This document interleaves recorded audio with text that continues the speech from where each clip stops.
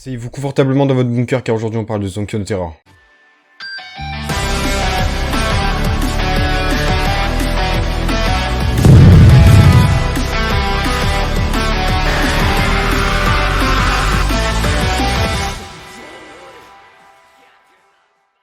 S'il y a bien un animé court du même genre que Death Note qui peut rivaliser, c'est bien Zonkyo no Terror. Zonkyo no Terror est un animé court de 11 épisodes animé par le studio MAPPA qui a notamment animé Banana Fish, Dororo ou encore Kakegurui. Mais tout ça on s'en fout. Ce qui nous apporte, c'est quelle est l'histoire de Zonkyo no Terror. Les 2 premières minutes de l'animé donnent le ton et l'ambiance que l'animé va prendre à la perfection. Un vol de plutonium organisé qui se passe sans accroc dans une centrale nucléaire pourtant très bien protégée. On reconnaît 2 individus que l'on cerne assez rapidement comme étant les 2 personnages principaux de l'histoire. Mais soudainement, on se retrouve 6 mois plus tard. L'affaire semble avoir été classée, sûrement par volonté d'étouffer l'affaire aux yeux du monde, et pourtant. 70 ans plus tard, le Japon se rappelle encore les effets destructeurs d'une bombe atomique. Dans le plus grand des secrets, ce vol est la crise la plus importante que le pays ait connue. En parallèle, nous allons suivre nos 2 voleurs se prénommant 9 et 12. Des prénoms chiffrés qui ne sauraient que trop bien nous rappeler les noms que portaient L et N dans Death Note. D'autant plus que ces 2 ne sont que des adolescents. Recherchent-ils la vengeance, le jeu, le goût du risque? On veut tout savoir, et vite. Nos 2 protagonistes s'apprêtent à se lancer dans un 2e acte terroriste et se révéler au monde comme l'organisation Sphinx. Après avoir fait exploser toute la mairie de Tokyo, c'est un véritable duel d'énigmes que Sphinx va débuter avec la police et l'inspecteur Shibazaki.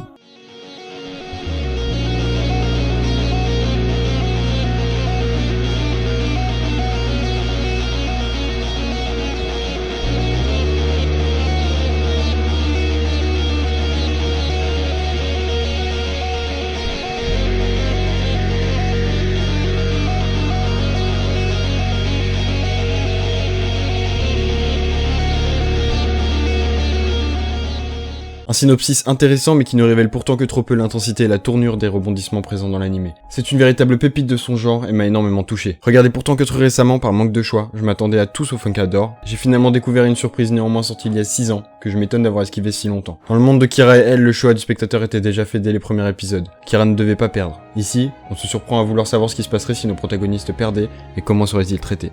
Les backstories des personnages sont si parfaites que cela nous amène à cet effet. 11 épisodes où l'on se laisse prendre au jeu que nous lance Sphinx. L'ambiance musicale de l'animé est dingue, nous permet de nous plonger en immersion dans l'aventure que vivent 9 et 12. Comme la dernière fois, les musiques de fond de vidéo sont des OST de l'animé, cela vous donne un avant-goût en fait de l'ambiance à laquelle vous pouvez vous attendre. L'opening et l'ending ont des musiques vraiment parfaites pour l'animé, ça colle à la perfection. On voit que l'opening est vraiment travaillé, vous pouvez le regarder et pas le sauter. L'ending quant à lui est pas ouf je trouve, donc mettez-les juste dans vos playlists, ça suffira.